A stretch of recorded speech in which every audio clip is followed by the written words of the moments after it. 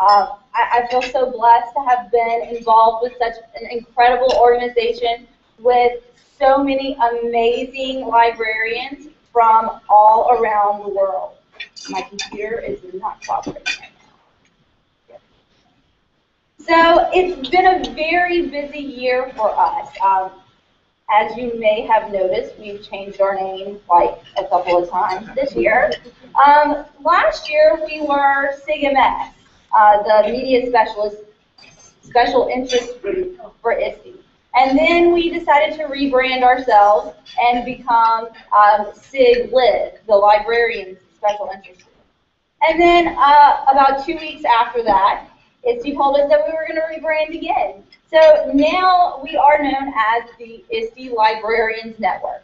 But I think this is a good thing. It makes sense. It's very clear as to who we are and what we represent. Also, coming down the line, we're going to be seeing some changes. We're going to be moving away from our wiki and into a new website that's going to be more like a community. And Donna's going to be talking about that in just a few minutes. So hopefully our communication, our connections throughout the year are really going to be enhanced by the move to this new platform. This year we've put out our newsletter, The Scanner. I'd like you all to really show your appreciation for Shelly Friesen. She does such a great job. And we encourage you throughout the year when you get that email that says we're looking for proposals for our newsletter. That's a really great chance for you to advocate for your libraries and things that you're doing. So take advantage of that as a chance for you to be published in our publication. And also, thanks to Jen Hansen, who is our communications chair. Jen is a rock star. She is organized. She gets all of that information out to all of you, and our group would definitely not be what it is without Jen's support. We've also had some really great webinars this year, and our professional development chair is Alyssa Malaspina. So, yay, Alyssa. Thank you for all of your hard work. This year we tried something a little bit different, and we've been doing some 30-minute Google Hangouts that we're recording in our webinar series, and then some Twitter chats as well. So look for those. You can also go back and see the archived versions that we've already done. So tons and tons of great resources that we're sharing.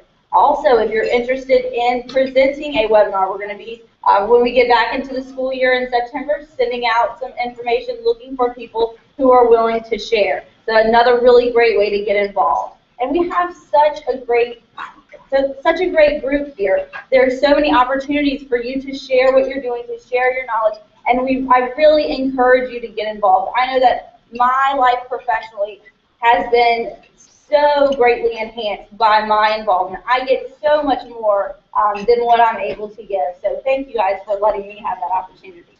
So that's Alyssa, our professional development chair.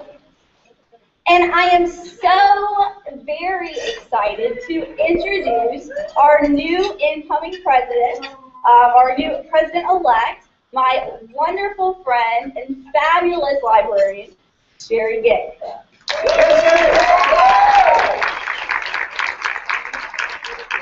And I have the wrong Twitter handle up here. She's Library Fanatic. So follow her on Twitter. It really has been a great year. I could not do anything without the help of our leadership team. I'm so appreciative of all of their hard work. I feel like we have had an amazing conference. Thank you to everyone who volunteered and visited our playground, our forum. We've had so many opportunities to spend time together, to network, and to learn from each other. And that is really what ISTE is all about. So thank you guys so much. And with that, I am very excited to hand off the baton to our new president. She is going to do great things. I'm so excited that she is taking over this leadership role, and I'm looking forward to a really awesome school year with Donna McDonald as our new president. So.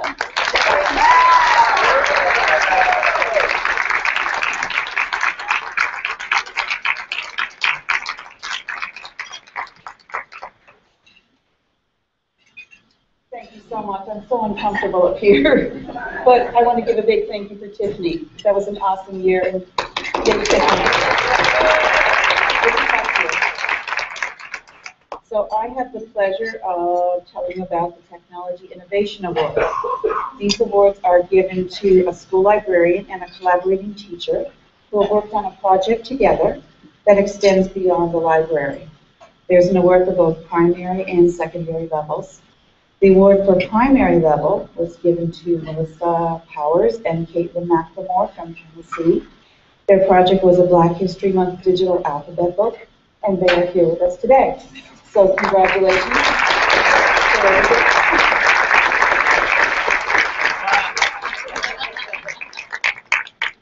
The secondary award went to Petra Williams and Brian Hughes from Vancouver, British Columbia. Their project was titled Turning Memories into Stories, Writing Biographical Narratives. It involves students recording memories of elders in their community. It's an awesome project. And they are also with us today.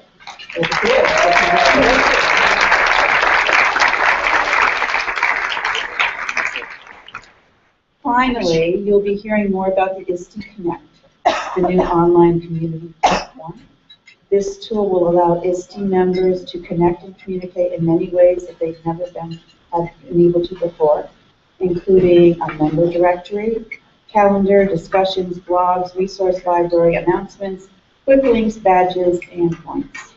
It just barely went live, so we really haven't explored it very much yet, but you'll be hearing much more about it in the coming weeks. All previous SIG members have already been ported, they say, into the new community. The new PLN members, whose badges were scanned at the networking fair or the playground, will be in the new community too. So be looking for that. Okay, that's enough from me. It's time for our library journal mover and shaker, our BAMI Award finalist, our EduBlog Award finalist, and superhero teacher librarian. To know her is to love her, Jennifer LaGarde.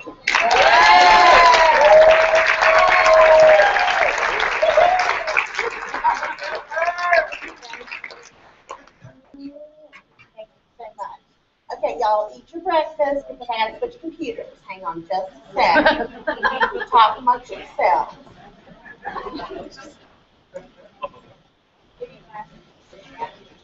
Matthew and Sherry will be my opening number.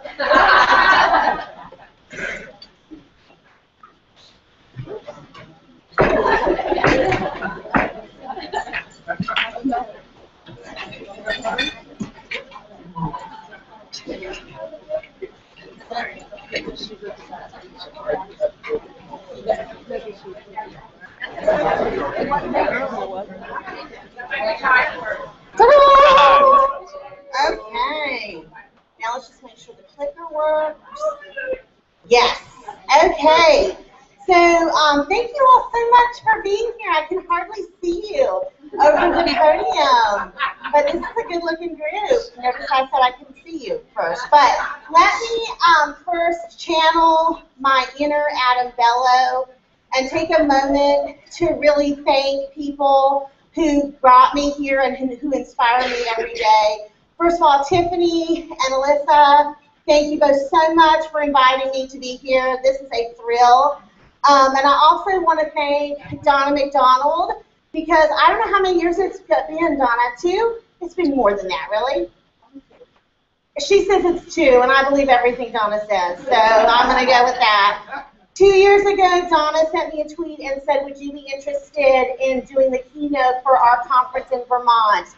And I looked at my husband and said, I think they've got the wrong person. Yeah. I had never done anything like that before. So if this does not go well, it's Donna's fault. Thank you, Donna. Thank you for believing in me the first time. I really appreciate it.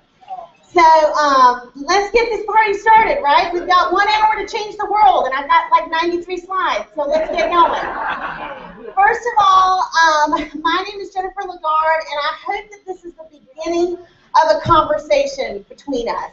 I hope that this is an introduction that will begin and start a beautiful friendship. And so I want to start first off by encouraging you to connect with me. And I don't know, it looks like we're cut off a little bit on the side. So I don't know if somebody can move the projector or whatever, but my contact information, I'm scared. Hang on, what? No, we're going to do it. We're going to do it, okay? So we're going to keep going, but thank you, all right? So look at this. I know I'm in a room with librarians because we're even off just a minute. People rush the stage to help, right? This is problem solving. I love it. I love it. I love it. But this presentation will be posted, and all my contact information is on there. So let's please connect. After we all go home this afternoon or tomorrow, let's stay connected. So even before this presentation started, as I was sitting here talking to folks at breakfast, someone asked me, Jennifer, why are we going to be talking about zombies today? And that's a really good question. A lot of people, unlike me, don't see the immediate connection between librarians and zombies. I don't know why, but to me it's a natural combination, right? But this story began with my current job. I'm also seeing that a lot of the bottom of this slide is cut off, too. You think, okay, Jonathan, I may need you after all. Yes. It looks good over here, but not over here. It's cut off. Okay, we're doing this on the fly, y'all. Do I need to change the resolution?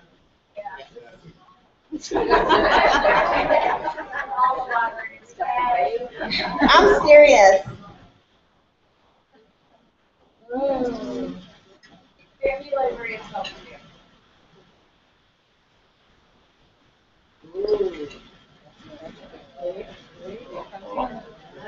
I don't know any magic tricks or anything to keep you all occupied while this is happening. All right.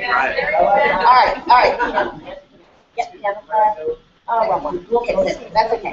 Thank you. Thank you, Jonathan. Thank you so much. Y'all give him a round of applause.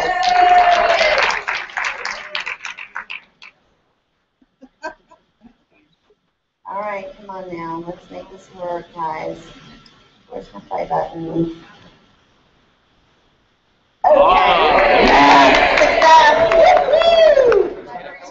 All right. Exactly. This would not have happened in a room of tech directors. I'm just telling you. I played that room. This would not have happened. They would have been like, we're going to have to see if this is blocked or something, right? Anyway. So this all started with my current job. I am a school librarian, and in August, I'm so excited I'm going back to the school library. But for the last 2 years, I've had this amazing opportunity to be a librarian on loan to my state. And I didn't know what that meant until somebody asked me to do the job. I'd never heard of such a thing. But basically what it meant was that I would be borrowed from my home district to travel the state of North Carolina and deliver professional development. As you can imagine, when I first got this invitation, my answer was no thank you. But after the people who were recruiting me told me that I would have the opportunity to not just work with school librarians, but also with principals and classroom teachers and other folks who needed to understand what an important role we played in the school and how to better utilize those programs, then I thought, yes, this is something that I'm willing to do.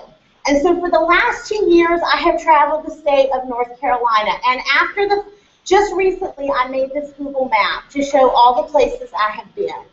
I am sort of like Johnny Cash of North Carolina, except not as cool, right? And I don't just wear black. Anyway, this slide looks like this to begin with the little "You Are Here" button to point out where I live in Wilmington, North Carolina. But my husband made me change it because he says that's a lie. I'm really not ever there. People ask me how it is that I can spend so much time away. The answer is I do not have children. But I do have a husband and 2 dogs, some of whom, are not too happy with this arrangement. I have to start with a cute dog picture, right? Okay, and then if nothing else, remember this, y'all. But over the last 2 years, I have visited 87 of North Carolina's 118 school districts. I put over 70,000 miles on my car. So if you're interested in a really great UCRV, come see me. I've lost 6 dongles. So someone, I don't care what you do not let me leave this place without my dongle, y'all. That is your job, okay? And I have visited countless libraries. Countless. I can't keep track of the number of libraries that I have visited. And as you can imagine, some of those libraries have been awesome. And some of them have blown me away, but not in a good way. I have learned so much over the last 2 years about our job, about what we do, about people, how people perceive us, and what we should be doing moving forward. Now, at these kinds of professional developments, oftentimes I start with like a quick added poll. And I just ask questions like, how long you been teaching, what do you do, that kind of stuff. And then at the end, typically I ask sort of a funny question to sort of break the ice. And for a long time, I was asking people to tell me their TV show, their favorite TV show, because I'm going to tell you, there's a big difference between a crowd who all liked Downton Abbey and one who all loves The Walking Dead. Big difference, okay? And it was after one of these sessions that somebody came up to me and said, this is what it looks like, this is important data, y'all, okay? Somebody came up to me and said, you know, Jennifer, there are only 2 types of librarians, zombies and zombie fighters. And I was like, oh, you know, the skies parted, there was a beam of light down on my head, this big light bulb appeared. This was like a huge ideal moment for me because, y'all, let's just go ahead and admit this is true, right? And this got me thinking. I had so many questions after this conversation. First of all, how do you recognize a zombie librarian? You know, are they walking among us and we're really not sure? You know? Okay, look at your table, y'all. Just saying, okay? How do librarians become zombies? You know, I'm convinced people are not born a zombie librarian. Nobody goes into this field and says, yes, I'm going to be a school librarian and I'm going to be the worst one ever. No one does that, right? So I'm convinced that zombie librarians are made, okay? And if that's the case, is zombie librarianship contagious, right? And again, look at your table, right? Be careful before you share whatever's on your plate. I'm convinced that the answer to this question is yes. And the biggest pathogen that spreads zombie librarianship, in my opinion, is low expectations. So if that's the case, if this is a real phenomenon and it is contagious, then the most important question is, how will we survive if there's a zombie librarian apocalypse? And y'all laugh, but a zombie librarian apocalypse is real. It could happen, and this is what it will look like. Y'all have seen this map, right? This is a Google map created in 2008 to document losses of library jobs around the country. And this map is way out of date. And you know how I know that? Look at North Carolina. North Carolina looks like we've been unscathed. I know that that's not true. In my home district alone, we have 36 schools. In those 36 schools, we used to have 42 librarians because we have some schools that have 5,000 students. Now we currently have only 34 librarians because 2 librarians share schools. We have no more clerical assistants at all. We have no library budgets. And we also have our budget, the percentage of monies spent on library materials have been reduced by an average of 72% since 2008 in my district alone. So even if this map were up to date, this is scary, right? This is what zombie apocalypse looks like for librarianship. So after thinking about this, I thought this is something we need to tackle. This is something that we need to talk about. And our first step is to know our enemy. And zombie librarianship, y'all, is the enemy. Not these folks, because let's go ahead and put it out here. No one in this room is a zombie, right? Okay, I know some people have been I saw some people over here going, is she talking about it? But we're not zombies, we're here. But we all know one, don't we? And some of us, we're fighting against a whole horde in our districts. We're the only one. We're the golden child, right? Hey, y'all know what I'm talking about. You can amen if you need to. That's right. Y'all know. It's important for us to know this because in my experience, people do the wrong things or they fail to do the right things for one of three reasons.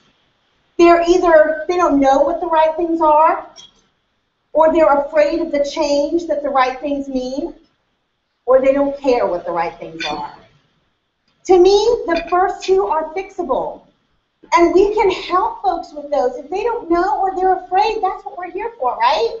And if they don't care, we can help them too. We can help coach them into another position that they can care more about.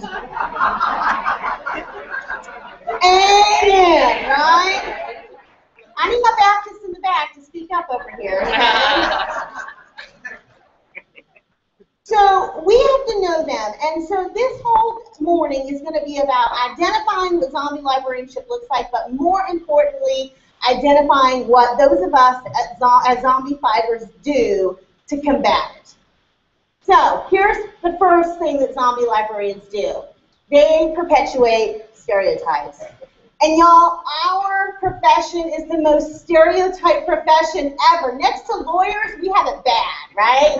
That's it. Thank goodness for attorneys, right? Or we would really be in trouble. Look at this. This is a real advertisement for a car.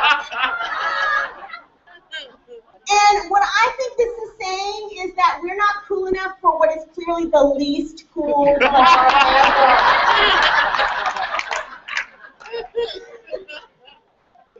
What about this? I know, right? Don't you love that it's above the men's room? Clearly, Sony has not seen this crowd, but anybody had Sony e-readers in their library? I did. They ain't sexy, y'all. I'm just saying. And then this one is my favorite. Y'all know who that is? Okay, remember in A Wonderful Life when George has gone back to see what the world would be like without him? And finally, after one terrible thing after another has happened, he's like, take me to see Mary, his wife, right? And Clarence the angel, what is his response? No, I can't take you to see Mary. She has befallen a fate worse than death. And what has happened to Mary? She's the library, okay? And that's funny, but this is a real hurdle that we have to overcome, and our zombie friends, they perpetuate those stereotypes. And you know how I know librarian stereotypes are real? Because Wikipedia told me. Okay? This is a real article in Wikipedia. It says, stereotypes of librarians in popular culture are frequently negative. Librarians are portrayed as puritanical, punitive, unattractive, and introverted if female, or, I'm sorry guys, you have it worse, you're timid and effeminate if male. Okay? And this is the part I love, such inaccurate stereotypes are likely to have a negative impact on the attractiveness of librarianship as a profession to young people. I got news for you. They're likely to have a lot more negative impacts than that, okay? But if you look around the room, too, this is true, guys. Some of us are of a certain age, you know what I'm saying?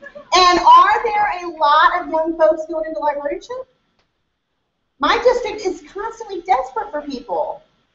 And I tell people all the time, they're not hiring certified librarians because they can't find them. Okay, so this is true. This is a real phenomenon. Zombie fighters, though, we defy expectations. We do what is unexpected. Or we learn what the expectations are and we blow them out of the water. This is a picture of me with my beloved principal, my first principal that I had as a media coordinator. And I love to tell the story about our 2-hour interview. And when she interviewed me, it took 2 hours, and I think that's because I was cocky enough to believe I was really interviewing her. But we had this whole conversation. I said, what do you want from your librarian? And she said, I don't know, but I know what I don't want.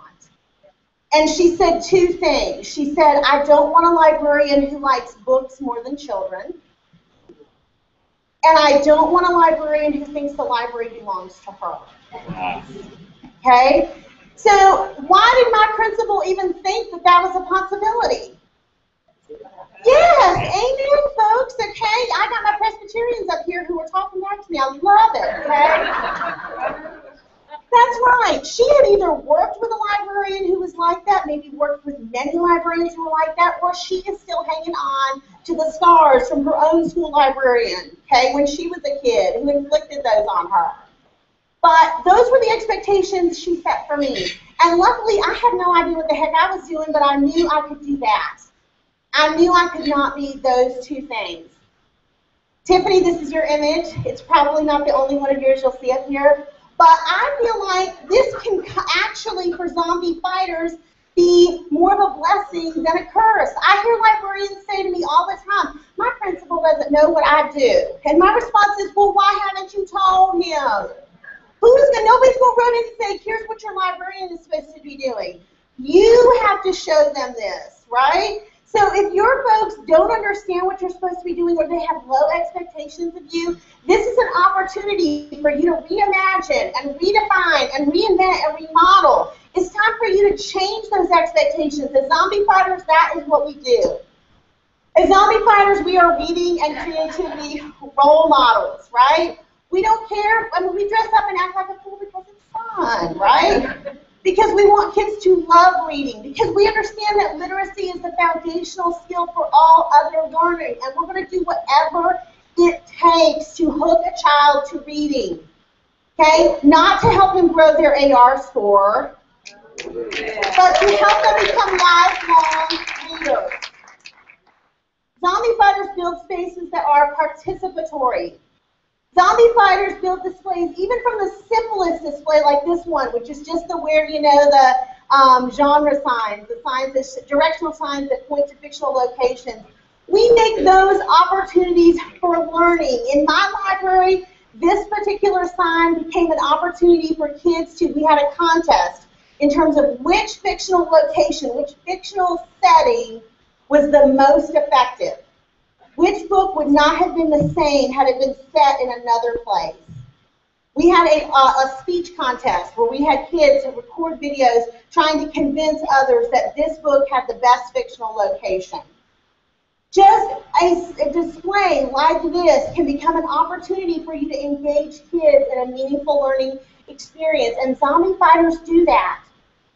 Zombie fighters ask real essential questions. Guys, this is a picture I took in a real library. This was the essential question on the board. How does the Dewey Decimal System work? And I know the answer. Who cares?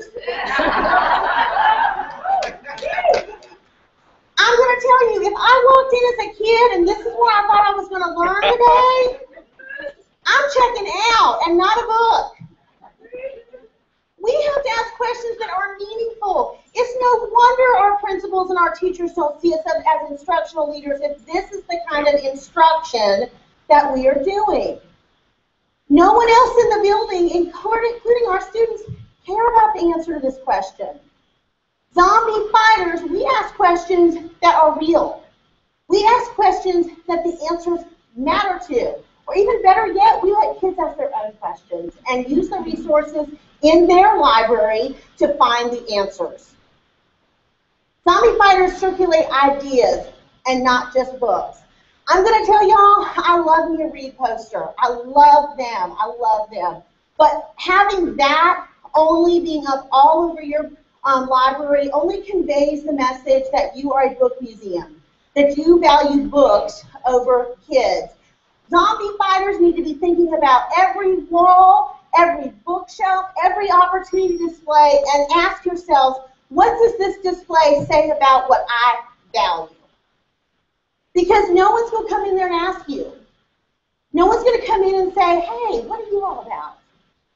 And what happens in this room? And how does it impact learning? If you're lucky, they're going to give you 5 minutes. And they're going to come in and they're going to look around and they're going to make a decision based on what they see. I love going to libraries like this one where I see anchor charts on the walls. And I see examples of student work. And I'm not just talking about the big projects that wouldn't fit anywhere else. I'm talking about student work that was created in the library. Zombie fighters value play as an essential component of learning. And I just want to point out, Matthew went at the front.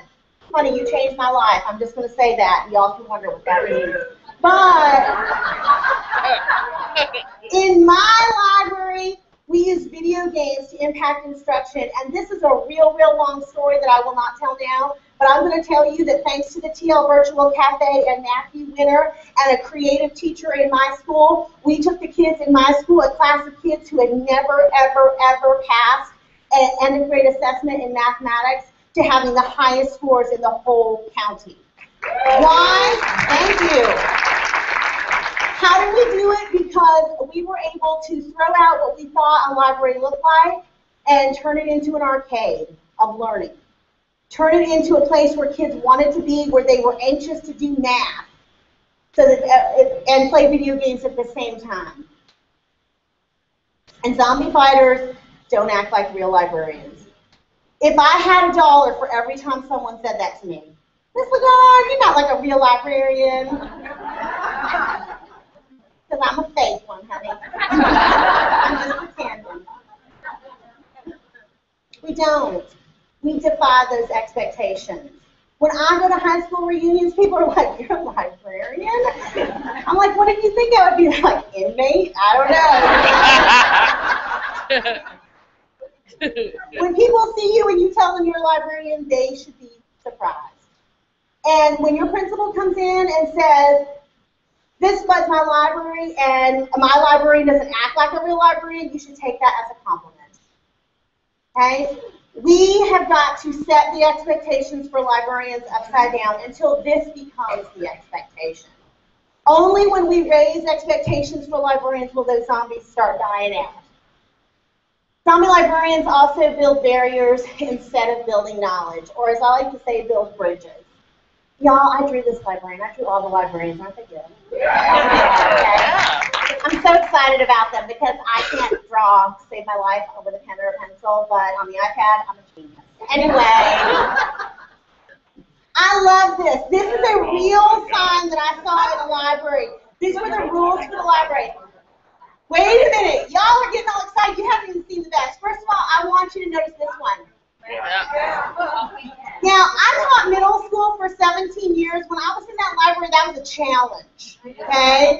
That's not like, oh, I think I need to be quiet. That's like, that's what I'm doing the whole time I'm there. And I'm sure the middle school students who went there would have been doing the same thing had they actually read this sign, okay? Now, this sign, here's the best thing, is I cut it off here. There were like 6 more rules. Oh, my goodness. Okay, and what's even better about this sign is that it was like professionally printed. This is not on a big, like on a piece of paper. No, this is on a big, massive, laminated poster. Somebody paid money for this. And they paid a lot of money for it because it was posted 8 times in that library. And on the doors walking in. Okay? Now, again, the students at this school, I'm sure they have never read this sign. Yeah. But adults will. How about the school board member who walks in here? What about the prospective parent and your principal? What message does this send those folks? Not welcome. You're not, exactly. You're not welcome. I don't want you here. And if you are here, you better fly right. Okay? But zombie fighters, we put kids first and everything else second. Zombie fighters know that the Dewey Decimal System is not a life skill. Thank you. And I'm going to tell you, I was recently in Texas, y'all. Are there any Texas librarians here? Hello, y'all. I was recently in Texas, and I was doing a keynote talking about this, too. and it was a room that's about twice the size of this, because everything's bigger in Texas. And there was a whole row of librarians in the back, and then I said this, they all went. Librarians get feisty when I start saying this stuff, right? They get feisty. But I'm going to tell you what, it is the truth. There is nowhere else in the world where a student needs to know the Dewey Decimal System. And I know some of y'all that were like, Jennifer, what about when they get to middle school? Or what about when they get to high school? Or what about when they get to the public library? And I'm going to tell you what, they're not going to know it there either. They're going to negotiate that library the same way they negotiate yours. They're going to wander through the stacks aimlessly, okay? Or they're going to ask you, or worse yet, they'll never ask you. And 35 seconds before they have to be back to class, they'll grab whatever's there. And who knows if they'll read it, right? They're not going to learn this because they don't need to. They don't need it anywhere else. And I think that's a valuable question for us to ask ourselves. If this is a skill that somebody only needs in this room, then we don't need to be teaching it. Wait, thank you. Zombie fighters make decisions based on what's good for kids, not for what's good for librarians. The Dewey Decimal, I'm a big fan of genre shelving. I'm just going to put it out there. Obviously, could you tell y'all? Okay? Because I believe we cannot be shelving things based on a secret code. Okay? I love this picture over here. Donna McDonald, I wish that I was a better photographer because I took 2 of these pictures in Donna McDonald's library in Vermont 2 years ago when I was there. And I love it so much because at that time, Donna's library was shelved traditionally, wasn't it, Donna? Okay, it sure was at that time. But I want you to look at, you see that? That's a terrarium full of Madagascar hissing cockroaches. How about it? And look what's shelved right next to it. The books on cockroaches. Okay? See this display down here at the bottom with the fish and the fossils? What's under that? Books on ocean life. Even if you're not ready to go full-on genre, your kids are ready for you to.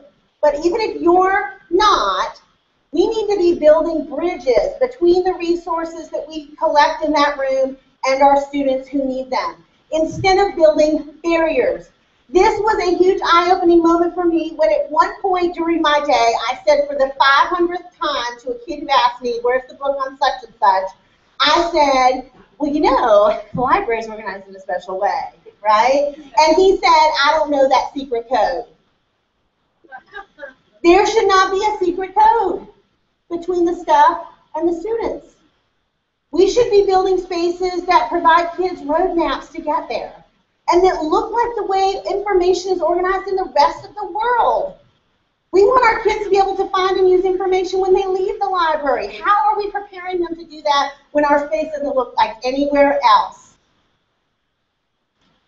Zombie librarians repeat instead of reboot. Zombie fighters, on the other hand, we embrace change. One way that I think we do that is that zombie fighters we are action research gurus. And when I start talking about that, people get real nervous, like I'm asking them to write a thesis or something like that, okay?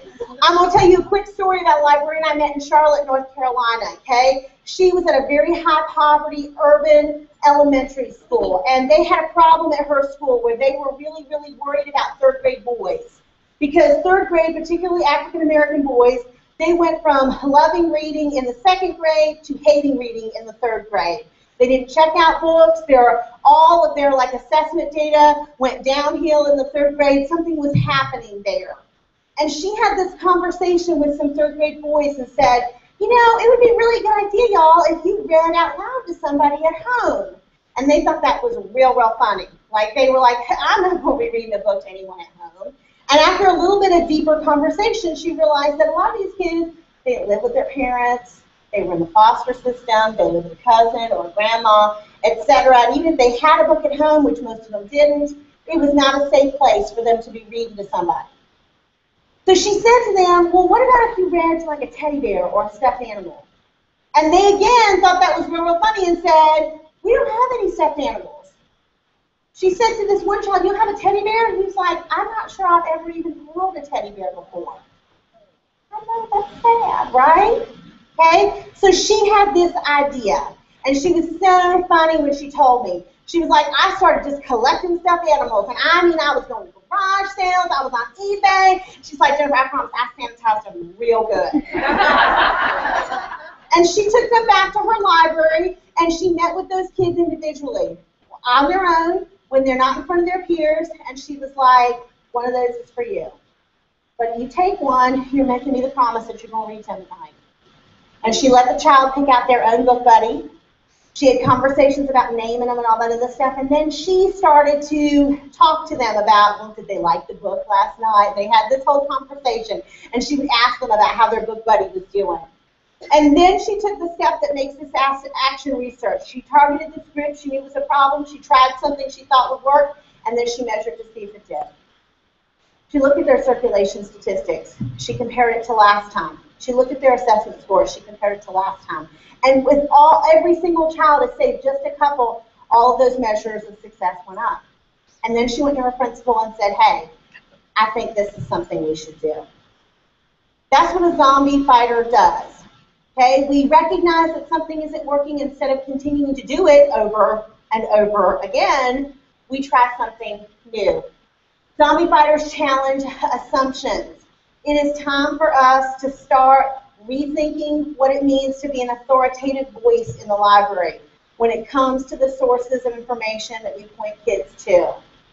Everything that's listed up here, tweets, videos, blogs, even Wikipedia, those can all be authoritative sources. Do they require some critical analysis? Yes. But so do the books that come off of our shelves. When we only point towards books and tell kids, boy, you better just have one out of the encyclopedia, we give them the false impression that everything out of their encyclopedia is true. We should be challenging kids to challenge all sources of information, and we should be valuing their voices as authoritative. Our kids have the opportunity to record their lives just like we do. They blog, they tweet, they Snapchat, they do things we haven't figured out yet. And when they capture an experience in the first person, that is a primary source, y'all. And I'm going to tell you, MLA, they're ahead of us. They're providing opportunities to cite those sources. We're just still not allowing kids to use them. This is a picture from a library I took in North Carolina where a librarian had an entire section of student work there that she cataloged. Exactly. She had a separate call number for student publications. And she had digitally created student publications that she cataloged. And you look up there, this elementary school library, again, super high poverty school. She's got what's the difference between an edited copy and a rough draft copy. And she put that display, which was an old metal like paperback spinner, right? That sounded like a really bad violin when you turned it. Right at the front door. Because when someone walks in, what do they think this library is about? It's more than just circulating books. It's teaching kids how to write their own books, how to be published authors. That presents an incredible message to our principals and anybody who walks in. Zombie fighters know that library skills are only as valuable as the life skills they support. For every single conversation that we have with kids about copyright and what might happen to them if they plagiarize, we need to be having conversations about Creative Commons and licensing their own work and creating a culture at our school that makes it such that attribution is just something that we do. Because as being more than consumers of information, as creators of information, our kids will start to recognize that when we put it out there, we license it ourselves. And those licenses will start to have value. And then they will look for other people with similar licenses. Zombie librarians, they advocate for libraries instead of for students. Us, on the other hand, zombie fighters, we're a voice for our students and not for the stuff. Y'all have seen this image before, right? Yes? No, okay. Well, what do these two books have in common? They're the same lifestyle band. Which one's higher? Wimpy Kid. I have been in school libraries that have been rearranged, not by genre, not by Dewey, but by Lexile. And where children are not allowed to browse in any section other than their designated reading area. I have been in libraries where a principal has asked the school librarian to throw out all of the copies of Diary of a Wimpy Kid, not because the content was questionable, although that's a whole other conversation, but because, quote, it was the only thing the kids would read. Now, you want to know the one thing these two schools had in common? Oddly, their students didn't like to read, and they didn't know why. They couldn't figure it out. Okay? They call me in, and I'm like, y'all have bigger problems than I can fix. But we have to be the voice of reason, and we have to fight for our kids. We have to be solution-oriented, though. I mean, when I talk to principals, I spend a lot of time with principals. The number one thing that they complain about is that we complain. They, a lot of times, see their librarians as being whiny, as coming in and the only conversation they want to have, and you all know these people because you avoid them in the hall too. You're walking down the hall and there's somebody, you're like, whoa, I gotta take a left. Because you know that conversation is going to be a downer. And a lot of times our principals see us that way. And I get it. We are a put-upon people. There's lots of stuff that we need to be advocating for. You know, our kids need more resources. Our kids deserve more up-to-date things in the library. All of that stuff is true. But when you walk into your principal's office or you see him or her in the hallway and you need to have a crucial or critical conversation, you need a solution in mind when you go there. It may not be the solution that he or she chooses to use, but you need to be a person that your principal sees as a general. Someone that he or she goes to when there's a problem that needs solving. Not someone who's just there to tell them about the problem. Zombie fighters also make the library a place of possibility, not punishment. If you are keeping students from checking out books because they owe you money, stop now. Stop. You do not work for the IRS. I am not saying we should not hold kids accountable. We should. But we have to find ways to hold kids accountable, but also making sure that they always have the resources that they need in their hands. This is just a quick example. I used to do a food for fines program at my school, where I would allow kids to bring in canned goods in order to pay off library debts. Our system automatically charged fines, you know, and if a kid wanted to pay the 15 cents or lost a book, then fine, but a lot of my kids did not have that kind of money. I worked in a high poverty school. We had over 90% free and reduced lunch. We were an ELL center. We were a high functioning autism center. I always joke we were like the Ellis Island of middle schools. We just took everyone. My kids didn't have a lot of money to pay that stuff. And I could not, in good conscience, keep a book from them. Keep reading materials from them just because, you know, they were in middle school and they lost something. I'm 43 years old. I've lost 6 dongles. I mean, come on. Who am I to judge, right? So we tried to make the library a place of possibility. Let's teach responsibility, but let's do it in a way that is attainable and achievable. Zombie librarians disregard data, and this is a biggie, y'all, because this is the language our principals see. We, on the other hand, zombie fighters, we collect, react to, and share data. Zombie fighters make data interactive. This is my data wall at my school, and it's gorgeous, right? That's hot, y'all, right? Okay? And I'm going to say, it looks good, and even though it looks good, and I love this, I wish I had a better picture here because y'all can't see it, but right to the left of that gator there is my principal's door.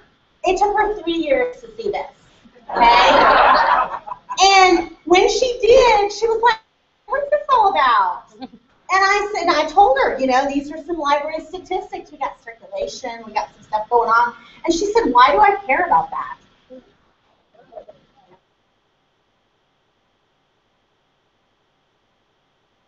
Right? I said, well, because I'm a librarian. I said, because the more kids read, the better they do, right? And she said, show me that data. So even as a principal who was super supportive of me, she pushed back. It's not enough just to put the checkouts up there, y'all. It's not enough to just say these number of books walked out of my library and this number came back, because that's all that data shows. So I realized pretty quickly I can't show a connection between student growth and student in another format. I can't do it here. Because I made it. I'm teachers. Math puzzlers based on library data. And we offered, you know, our big prize was always a free ice cream in the cafeteria because A, it was really cheap for us, and B, our kids, those kind of things cost extra, and our kids were mostly on free and reduced lunch, so to be able to go get an ice cream from that was a big deal to them. But then what I would do is every week as kids would come in and give me their answer to the math puzzler, they would put their name and their math teacher and their response on the slip of paper. And every week I would put that in a Google spreadsheet, and I would send it to the math teachers and just say, here's how your kids did. Now, that teacher may never even open that email. But every time I send it, I'm sending the message, A, I care about your curriculum, and B, I am just as invested in these kids being successful as you are. I'm about more than checking books in and out. I'm trying to help you get these kids to grow in math. That's what zombie fighters do. And this is just the rest of the wall right there. Zombie fighters also know that library data is meaningless unless it connects to student data.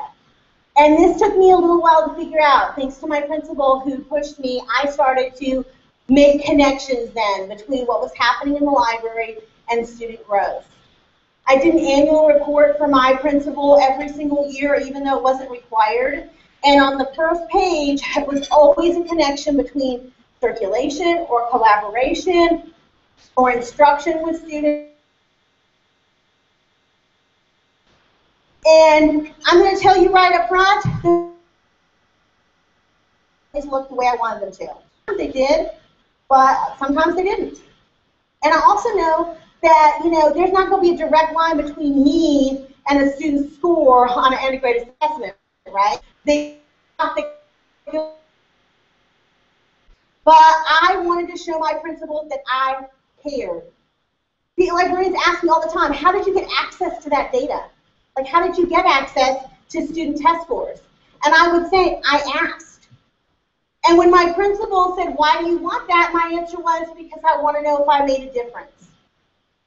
That's a hard request to turn down. And soon what happened was that every year, as teachers started sending their spreadsheets comparing student growth from the year previous, et cetera, to the principal, they would carbon me. They knew that they needed to. And at the end of the year, instead of running around doing my inventory, I was doing the same thing teachers were. Zombie librarians have stopped learning. And I'm going to do a quick aside here, y'all. This librarian, well, all these librarians are based on somebody I really know, so be careful you pick next. But not that long ago, I made this joke in a session where I said, you all are here, but all of your brethren are at home knitting themselves a cat sweater. And later in the evening, I was in the buffet line. There was like a reception, right? And somebody from way in the back was like, yo, library girl. And of course, you know, I was real scared, and I turned around, and she was like, cat sweaters are cool. And now she is immortalized forever. Be careful. Zombie fighters know we are connected educators, okay? Zombie fighters use social media to build personal learning networks. How many of y'all are connected in some way? Whether Twitter, yes, I love it. And if you're not, today is the day to start. Yesterday was, but we'll let you turn in a day late. And I'm just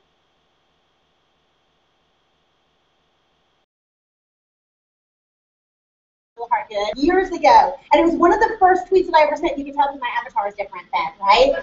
But I asked, looking for help with this project, any honorary gators out there? And this project was a Google map that I wanted to create. I knew that my, reading scores are always an issue at my school, but I also knew that our students were having trouble with a math concept called scale factor, and I knew that maps could be used to teach that. And I also knew that math skills were something social studies teachers taught, so I had this idea. Like I thought, oh, I'm going to create a Google map, and I'm going to put pictures of all of our kids reading on there. And then, you know, I'll use it in the library to help get kids connected to the books. They'll see what their peers are reading. But then also we can use it in classes, and won't that be awesome, right? And then reality set in. You know, my kids are not jetting off to France for spring break. So I had a Google map full of pins in like 1 square mile. Okay? So this was one of the first tweets I ever sent out. I'm like, I need help. Are there any honorary Gators who would be willing to put their face on this map? Okay? And one of the first people to tweet me back was Neil Gaiman. Oh. I know. Okay? And those of you who know me well know that I have a really inappropriate love of Neil Gaiman, right? I love to joke that someday his wife and my husband are going to be really happy together. Okay? But Neil Gaiman, he sends me this picture of him reading a book of fairy tales on a train in Cardiff, Wales. And then he retweets. And pretty soon, I'm going to tell you what, your Twitter has never blown up like the day Neil Gaiman retweets something that you I'm just going to tell you, that was an incredible day for me. But pretty soon, I start getting pins. I get pictures. And who are they from? They're from authors. You know, when I sent this out, I just wanted anybody. Like, I really was desperate, you know? I'm thinking, oh my God, who am I getting involved with this project, right? But soon I'm getting everyone. And what I found out is that there was a little competition going on, you know? Like, you all know Tom Engelberger, the Origami Yoda guy, right? He's like going on about how so-and-so was taking their picture for my map, trying to be upside down, and he was like, I'm going to take it in front of this. And then there was like, they all wanted to top each other with their pictures for my map. And how awesome is this then, that my crazy poor kids in Wilmington, North Carolina are now connected to Newbery Award-winning authors because they're all Gators. And my kids go to this map and they read Neil Gaiman at that time for Coraline. And they were like, I want to read what he's reading. That's cool, right? All from one tweet. Again, your assignment's late, y'all, if you are not connected with now. Zombie fighters also use PLN to impact their teachers. Those of us who are connected know that the worst part about being connected is that there's just way too many resources for you to go through at one time. It can be overwhelming. But as Zombie fighters, we curate and collect those resources for our teachers. We help them. We create digital toolkits. We create professional development for them. We help them. Unlike our zombie brethren who don't do technology. And Zombie fighters, they schedule time for professional learning. This is just a screenshot of one of my calendars. My calendar often makes me want to cry. But these purple ones, a lot of them are TL Chat Live, TL News Night, TL whatever. I put them on my calendar. I don't always get to them. But as people, we prioritize. We do what's important to us. And by putting it on the calendar, it's a reminder every week, oh yeah, this is important. And maybe I won't get to it this week, but I'm going to make sure I do it next week. Zombie librarians, like I said, do not do technology. However, we, as zombie fighters, we prepare students for their world, not ours. Technology is not even a debate anymore. Okay? It's a given. This is the world our kids live in. Thank you. Somebody likes me. I appreciate it. Thank you. Zombie fighters know that it's not about the tool. It is about the teaching. Okay? A worksheet on an iPad is still just a worksheet. I wrote a post for Izzy yesterday about the librarians, the digital age librarians playground. People keep asking me, what do you think the next big thing in ed tech is? And I'm like, I hope it's not a thing. I hope the next best thing is to focus on the learning. And then picking whatever tool, whether that's digital or analog, to make it best. Zombie fighters use technology to solve meaningful and authentic questions. I visited a library in Alaska recently where the librarian was teaching a lesson based on the following statistic. Did y'all know that there are more mobile phones in the world? More people have access to mobile phones in the world than people have access to running water. And this is this hits home for folks in Alaska. Where's my Alaska people? Are there Alaska folks in here? Yes, okay. This hits home for those folks because There are a lot of their communities that are remote. And people I met in Alaska, they love to tell me, you can't get to my school unless you're on a plane or dog sled. Okay? The logistics of getting supplies to remote areas is a real problem in Alaska. So I asked this person, why are you teaching this lesson? Their lesson was, how do we fix this? So in order to fix it, the kids had to figure out why. Why did this happen? And what are we going to do about it? And I asked him, why are you doing this? He said, because I need these kids to fix the world. We all do. Okay, we've made a mess, y'all, and they're going to have to clean it up for us. Zombie fighters will still be essential when everyone has a library in their pocket. And this, to me, is by far the biggest question I get from principals, superintendents, etc., everywhere I go. They ask me, Jennifer, why do I still need a library when everyone has a library in their pocket? And this is a legitimate question. If all you do is check resources in and out, then they don't need you. Because your students can access all the resources they would ever need with a device that fits in the palm of their hand. Doug Johnson and I, is Doug Johnson here? Okay, I would have freaked out a little bit. Yeah, exactly. Woo! Okay? But Doug and I, again, kind of an inappropriate love affair going on there, but Doug and I are working on a guide for librarians who work in one-to-one environments. Because I don't care if you're in the poorest school in the most remote part of this country or another country, but you are not getting fewer devices. You're getting more. And it may take you longer than anyone else to go one-to-one, but eventually you get there. And those that may look like student devices in everybody's pocket, or it may look like their devices in their pocket, or it may look like a combination of both. Who knows? But soon that will happen. States like North Carolina are passing laws that say there will be no more funds for print materials after 2017. Wow. So therefore, in North Carolina, if you're going to buy print materials, you have to do it local money, not state. How do you do that without everyone having a device? You will go one-to-one. And when that happens, is your principal going to think that they still need you? Part of our work, Doug and I did a survey. We put it on our blog. Some of you may have responded. And it was just a Google form to ask about the impact of one-to-one and BYOD programs on the library programs at their schools. We asked people who were already in those programs to respond. And this is just quick, but the first question asked, what was the impact? Has it been big or small? Okay, with small being 1 and then 4 being big, and you can see the two bottom results there, 3 and 4. Vast majority of the people said that it was a big impact. And then the second one is, was it positive or negative, with 1 being positive, 4 being negative. And we asked for some narrative responses, and the one that sticks out to me is, this place is a tomb. No one needs me anymore. Zombie fighters need to make sure that our principals have the answer to this question before it's even asked. So that when someone says, why do we still need librarians anymore? Your principal says, I don't know what I would do without my librarian.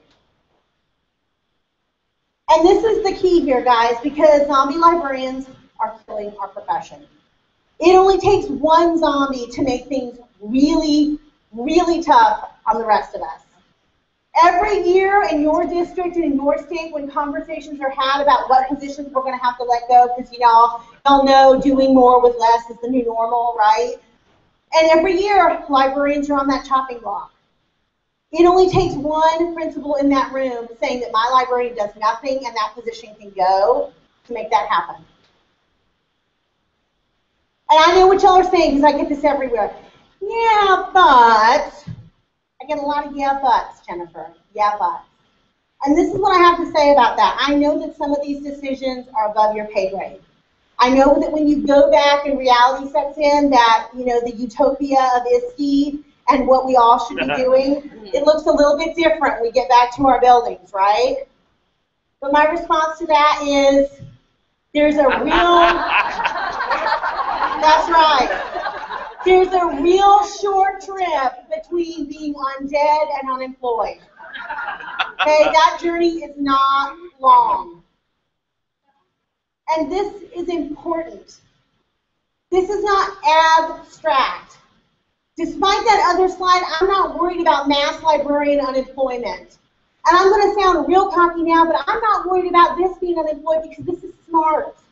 Somebody's going to want this. It may not be the job that I want, but somebody will employ me, right? I'm worried about kids who don't have access to library programs if the zombies win, right? I love to show this picture because this is the truth. I should not be standing up here right now. Y'all, some of you have heard me tell this story before, but I come from a very poor background. My parents were nomads. We moved all of the time. By the time I was in the 8th grade, which was the first year I ever went to a school for an entire school year, I had been to 26 different schools. And I always joke, my parents were like, we were like a military family, except we weren't noble or good. We were just, we were heavily armed and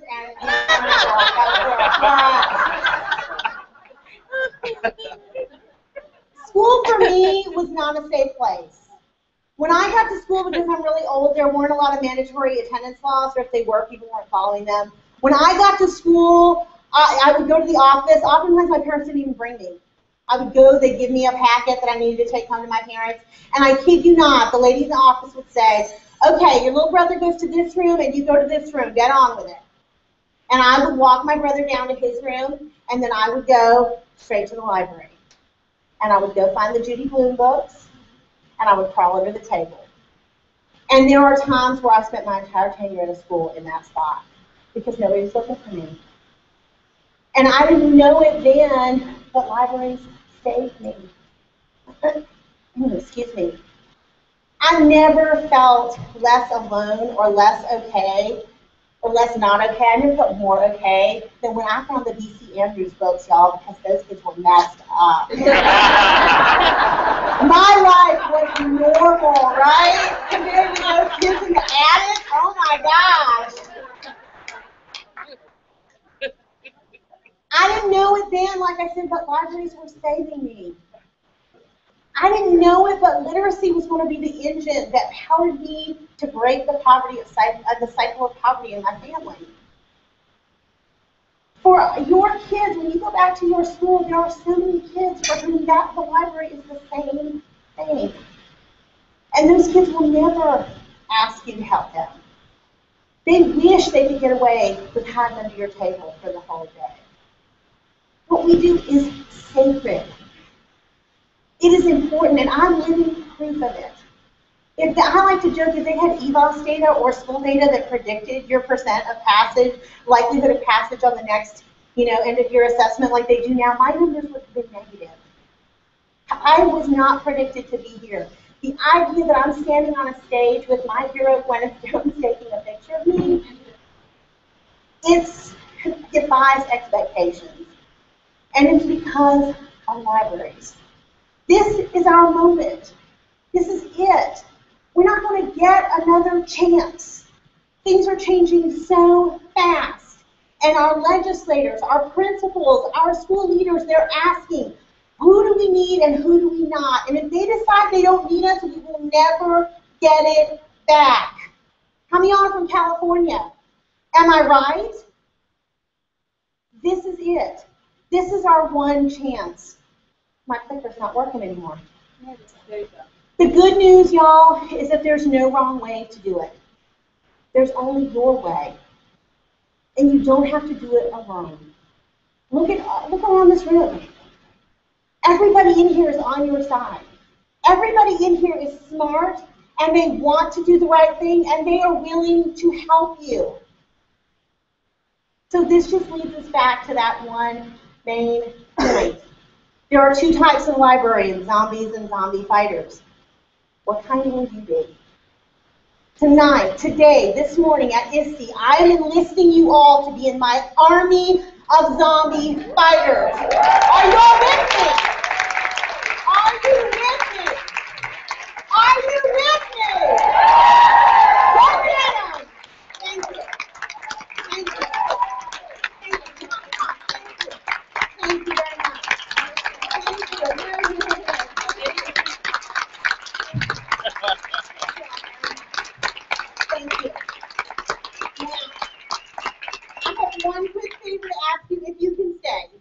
I totally understand. But part of my ISTE bucket list was to take an Ellen style selfie with as many librarians as we could get in there. So if you don't have a place to go, come up and let's make a picture, y'all. Thank you. Thanks so much for the long arm.